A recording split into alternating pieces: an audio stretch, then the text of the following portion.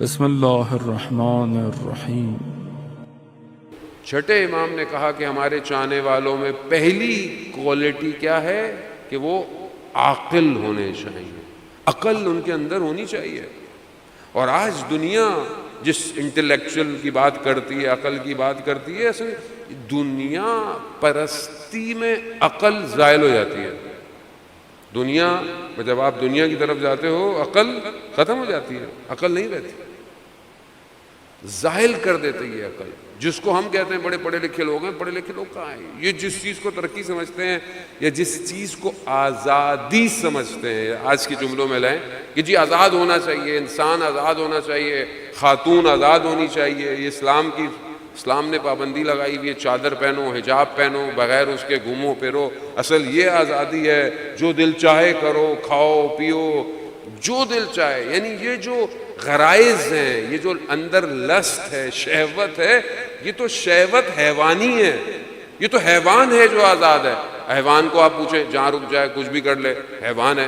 آپ اس کو بولتے ہیں مطلب یہ کیا کر رہے ہو روڈ پہ کھڑے ہو کے؟ حیوان کو، حیوان ہے، وہ جانور ہے، اس کے اندر عقل ہی نہیں ہے۔ جانور کو آپ بولتے ہیں یہاں بیٹھ کے کھانا کھاؤ، واش روم میں جاؤ۔ پیٹ جن کے ٹرین ہوتے ہیں وہ ایک الگ بات ہے، لیکن آپ جانور سے توقع بھی نہیں رکھتے۔ کیوں نہیں رکھتے توقع؟ آپ کیا چیز کم ہے اس کے اندر؟ کیا چیز کم ہے؟ عقل۔ اور وہی چیز اگر انسان کر رہا ہو، قرآن پھر کیا کہتا ہے؟ قرآن کہتا ہے ہم نے ان کو آنکھیں دی ہیں، لا یبصرون بہا، یہ آنکھوں سے دیکھتے ہی نہیں ہیں۔ ہم نے ان کو کان دیے ہیں، لا یسمعون بہا، یہ کانوں سے سنتے ہی نہیں ہیں۔ ہم نے ان کو عقل دی ہے، لا یفقہون بہا، یہ اس سے سوچتے ہی نہیں ہیں۔ بل اولئک کالانعام، یہ جانور ہیں۔ قرآن کہہ رہا ہے یہ جانور ہیں، نہ یہ آنکھوں سے دیکھتے ہیں، نہ یہ کانوں سے سنتے ہیں، نہ یہ ذہن سے سوچتے ہیں۔ اولئک کالانعام، یہ جانور ہیں، بل ہم اضل، بلکہ اس سے بھی بدتر ہیں۔ اولئک ہم الغافلون، یہ غفلت کے اندر ہے۔ یعنی غافل ہونا جانور سے بھی زیادہ بدتر ہے۔ عزیزان محترم، سید الشہداء کی یہ جو کشتی ہے، یہ عقل کو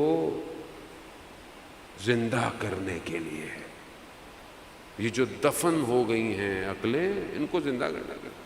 اور اگر یہ مجلس اور مکتب عقل کو روشن نہیں کرے گا، عقل کو تراشے گا نہیں، عقل کو صحیح نہیں کرے گا، تو کہاں ہوگا؟ دنیا میں تو کوئی مجھے بتا دے کوئی دنیا کی یونیورسٹی یا درسگاہ ایسی ہو کہ جو انسان کی عقل کو رشد دیتی ہو، پڑھاتی ہے آپ کو ڈاکٹر بنائے، انجینئر بنائے، اے آئی بنائے۔ میجورٹی تو کیپٹلزم ہے سب کے اندر بھی، اس میں بھی آپ کو غلامی بنانا سکھاتے ہیں، آپ کو انسان بنانا۔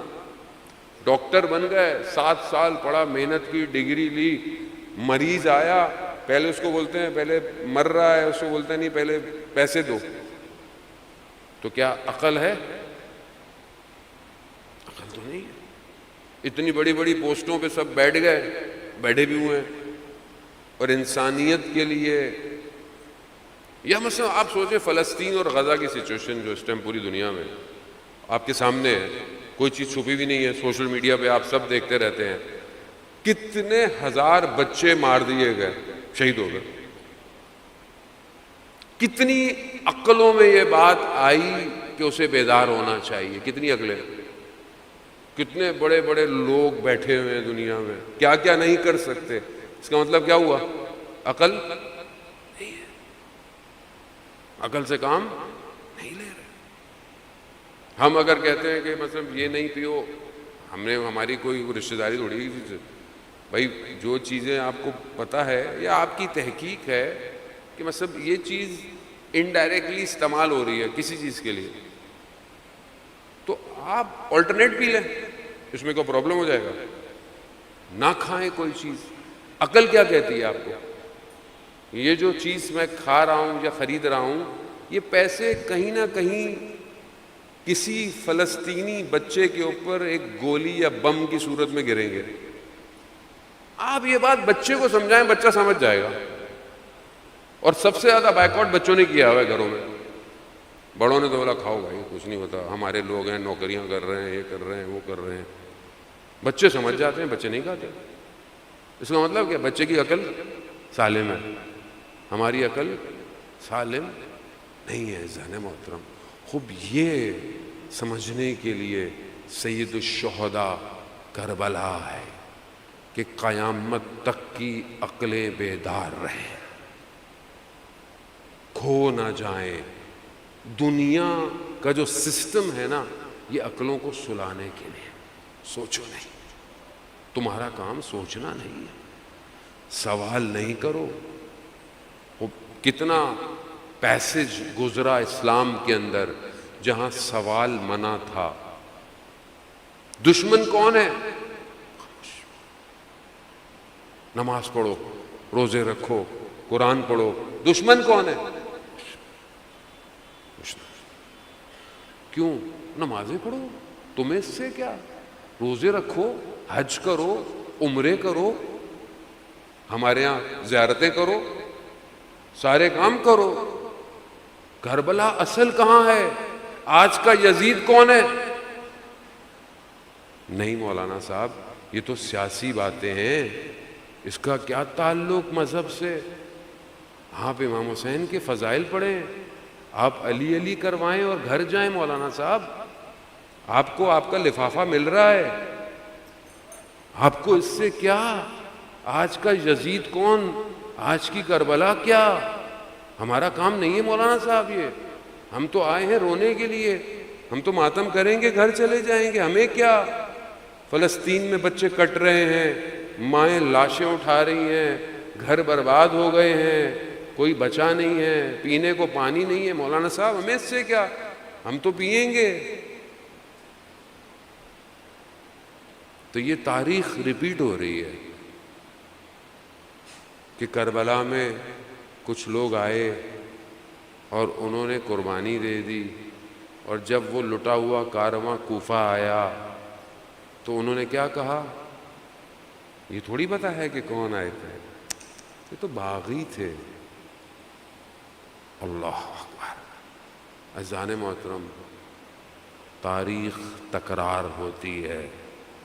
اگر بیدار نہیں ہوئے تو ہمارا بھی وہی ہوگا جو دوسرے کا ہو رہا ہے.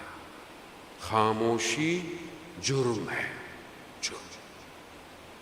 اور عقل کی گفتگو نہ کرنا حسین کے مکتب میں مظلومیت ہے امام کی. صرف جذبات، بس جذبات ضروری ہیں. میں یہ نہیں کہتا کہ جذبات نہیں ہونے چاہیے، جذبات امپورٹنٹ ہیں، بہت ضروری ہیں جذبات. انسان کی عاطفہ ہے اس کے اندر، بہت امپورٹنٹ ہے، لیکن عقل کو سلا دو. یہ اسٹریٹجی ہے دشمن کی کہ عقل سے کوئی نہ سوچے. اور اس کے علاوہ دنیا کے اندر اب کھانے پینے کی چیزوں میں جو ملاوٹیں ہوتی ہیں اس سے بھی انسان کی عقل ویسی ڈائلیوٹ ہے. اور یہ جو ہم لوگ سوشل میڈیا یوز کرتے ہیں، انسٹاگرام، ٹک ٹاک، یوٹیوب، فیس بک اور پتہ نہیں اسنیپ چیٹ، پتہ نہیں کیا کیا ہے یہ، اس کی جو الگورتھم ہے اس کو بھی ایسے ہی ڈیزائن کیا گیا ہے کہ جب آپ دیکھیں تو آپ کی عقل خاموش. کیا دیکھ رہے ہیں؟ کیا دیکھنے کے لیے کھولا تھا؟ مولانا صاحب کی مجلس. تھوڑی دیر میں کیا دیکھ رہے ہیں؟ خود کو نہیں پتا کیا دیکھ رہے ہیں. ڈیزائن ایسا ہے.